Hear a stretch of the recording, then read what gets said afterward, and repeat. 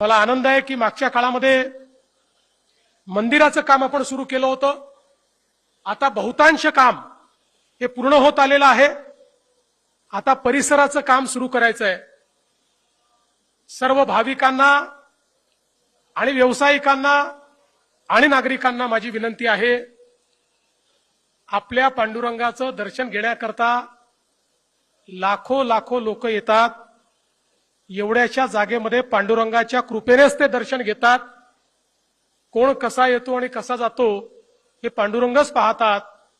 पण आता ही वाढती सगळी भक्तांची मांदियाळी पाहिल्यानंतर या ठिकाणी आता मोठी जागा तयार करणं गरजेचं आहे आणि यावर्षी ते काम आपल्याला सुरू करायचं आहे. मी पुन्हा एकदा पांडुरंगाच्या साक्षीनं सांगतो, कोणावरही अन्याय होणार नाही. सर्वांचं योग्य पुनर्वसन करू, सर्वांना उत्तमात उत्तम सोयी देऊ. जे व्यावसायिक आहेत त्यांचा व्यवसाय दुपटीने वाढेल, जे नागरिक आहेत त्यांना घरं मिळतील, किरायेदार आहेत त्यांची व्यवस्था होईल, त्यांनाही काही ना काही त्या ठिकाणी मिळेल.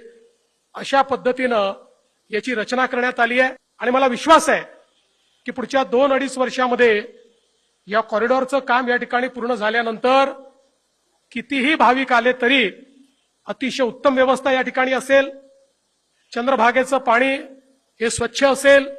याही वेळी पालकमंत्र्यांनी वाळवंटामध्ये अतिशय सुंदर व्यवस्था केल्यामुळे तिथला कचरा गेला, तिथली विष्ठा गेली, तिथल्या सगळ्या घाणीचं साम्राज्य हे पूर्णपणे गेलं आणि अतिशय सुंदर जो आपण अभंगांमध्ये ऐकलेला वाळवंट आहे तो वाळवंट आपल्याला पुन्हा एकदा पाहायला मिळतोय.